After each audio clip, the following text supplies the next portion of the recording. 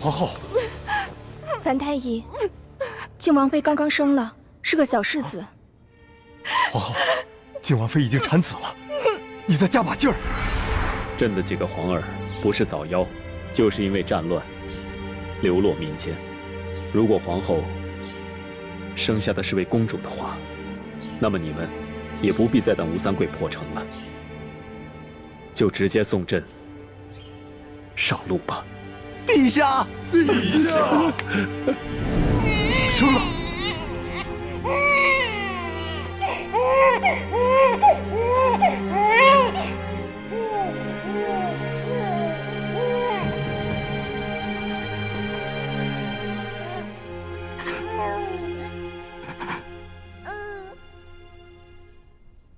杀了他！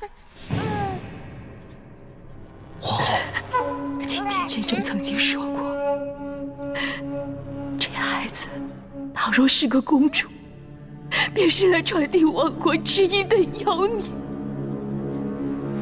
樊太医，陛下催老奴来问问，皇后生了没有啊？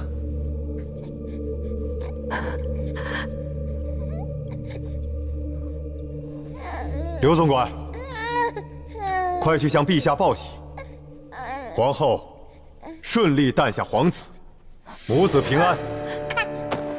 啊！天佑我大明！天佑我大明啊！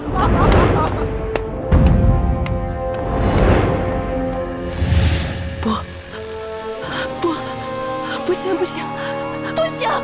靖王妃，为了大明的江山社稷，为了陛下，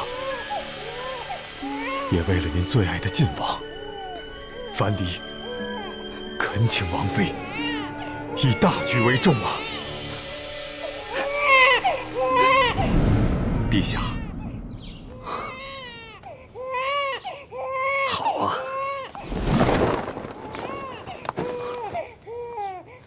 从今天起，这个孩子就是大明朝的太子了。